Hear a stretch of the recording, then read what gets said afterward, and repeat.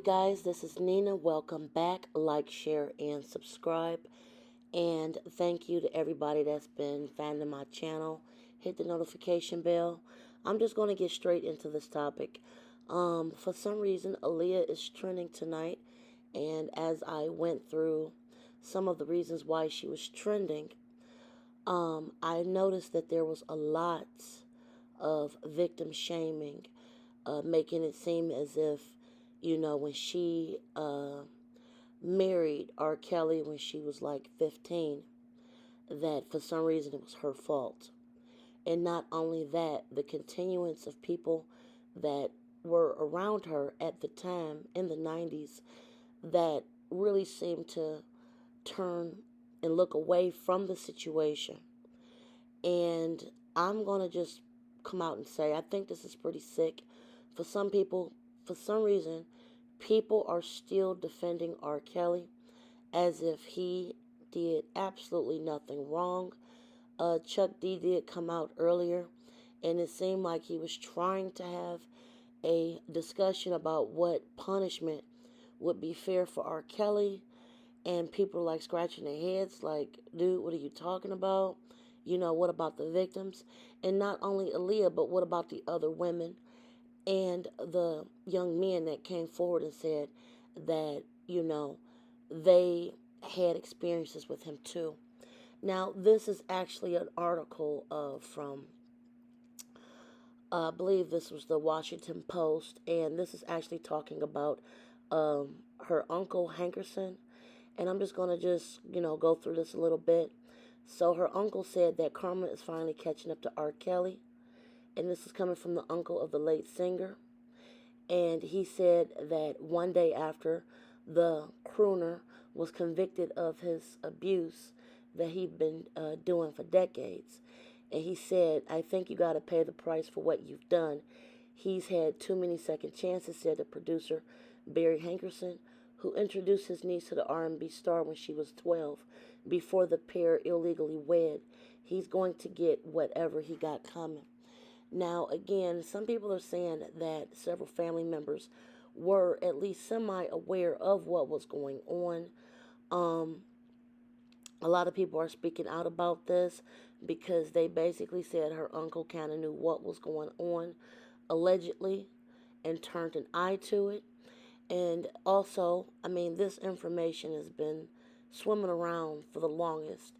That when Aaliyah was 13 and R. Kelly was 27, R. Kelly began a relationship with her after they started collaborating on her debut album, Age Ain't Nothing But a Number. And this was according to trial testimony coming from witnesses. And Hankerson had insisted he knew nothing of the pair. And also, the article went on to say that the multi-platinum Grammy-winning recording artist, whose real name was Robert Sylvester Kelly, then 27, married Aaliyah while 15 using a fake ID because he thought she was pregnant. He allegedly hatched a scheme to marry her to dodge criminal charges for doing things with a minor and to block her from testifying if any of the allegations came out about what he was doing. His manager told the jurors during the Brooklyn federal court trial. Now, this alone I have a whole issue about, because if the manager knew, this should have been reported by that manager a long, long, long time ago. So this could not have been new news to the manager. And also, her uncle Hankerson claimed that his niece didn't look up to R. Kelly or the people in his orbit. She did not want to be around them. And after Aaliyah passed away in that plane crash in 2001, Hankerson said he ignored the Ignition Singer's calls, and the two have not spoken in 20 years. R. Kelly, now 54, has been convicted of all nine counts against him, including racketeering and violations of the Mann Act, which prohibits the transport of people across state lines for an immoral purpose. He faces 10 years to life in prison at his sentencing, which is scheduled for May 4th, 2022. Prosecutors painted R. Kelly as a predator who used his fame and network of employees and friends to do things to women, young women, and girls and boys. Now, again, I'm reading this because this was all the way sad. As I flipped through more and more commentary concerning what her uncle said, there were other people that came out, and it seemed like they were still defending R. Kelly and blaming Aaliyah for what happened to her. Still blaming her. She was young. She was 12, 13 years old. How can somebody 12 or 13 years old have the wherewithal to really understand and properly defend themselves? Perhaps, thinking like, you know, this guy might be, uh, helping me get put on, showing me some love at the time, blah, blah, blah. She's 12, 13 years old at the time. What do you guys, what do they expect her to physically do? Everybody around her failed this girl. Everybody. Even the witnesses that came out and said they saw acts between these two while they were on tour or going somewhere, that should have been immediately reported. R. Kelly should have had his behind whooped, and he should have been put, in handcuffs the minute that information came out back in the 90s. Instead, he got a pat on the back, and like I say, everybody failed Aaliyah, but still, today it's just shocking that this woman has been deceased now for like 20 years. Bless her soul. And people are still victim blaming her as if she should have had a magic wand to stop what was going on with people that were completely failing her as an individual. Completely failing her. And to still see people coming out making comments and just adding very rude commentary, basically saying that basically she was being fast and she should have knew better. How do you know better when you're 12 or 13 and you're being groomed by a man that's almost 30 years old that literally was just starting to have a history of doing things like this, not just to her, but to other people? Now, here was the response of the KD that I'm about to read, and this is what really got the internet trending Aaliyah tonight. When Katie said, "I don't care what nobody say," R. Kelly dead wrong, but Aaliyah was being fast. And then the one lady came back and said Aaliyah was a child, and I agree with that. Aaliyah was a child. Her parents, uncle, and everybody around her knew what was happening, failed her. Now, again, I'm going to say alleged on that one.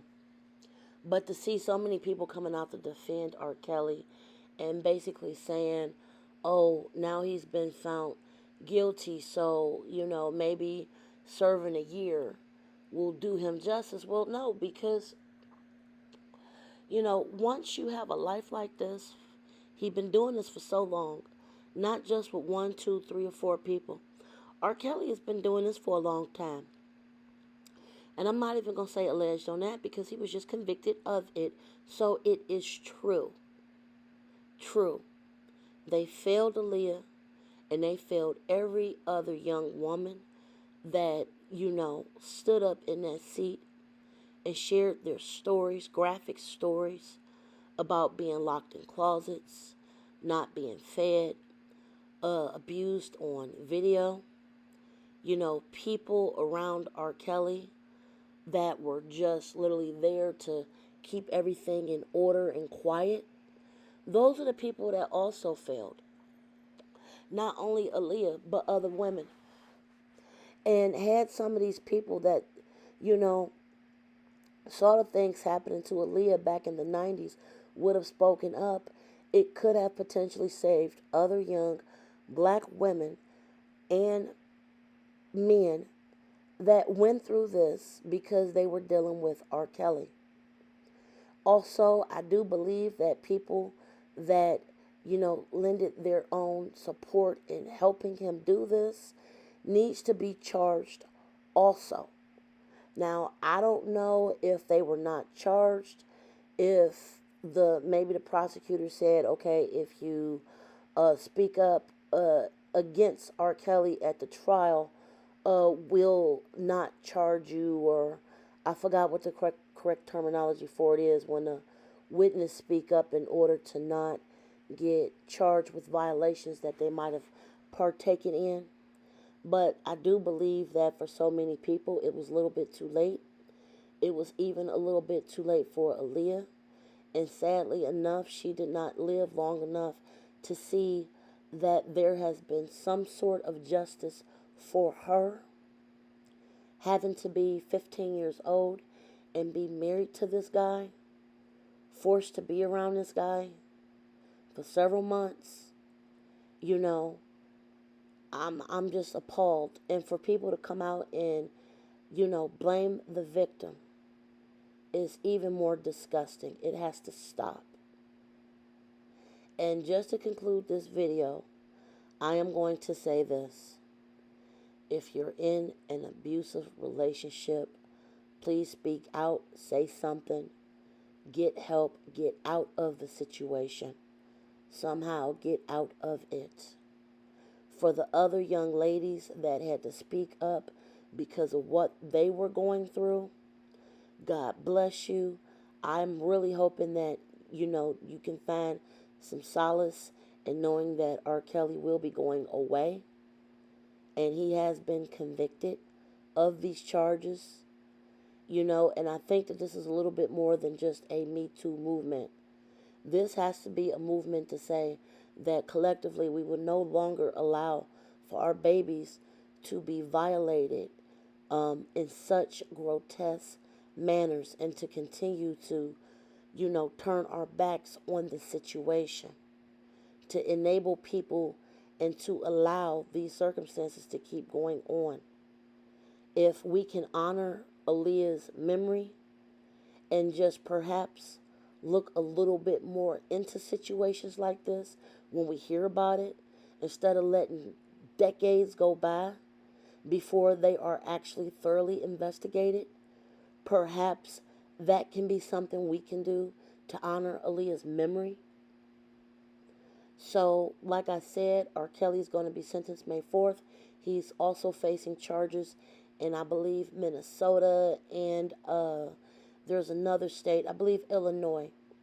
So I definitely want to hear your opinion on this. This is just sad all the way around. Like, share, comment respectfully, and be safe. Until next time, you guys, enjoy your day.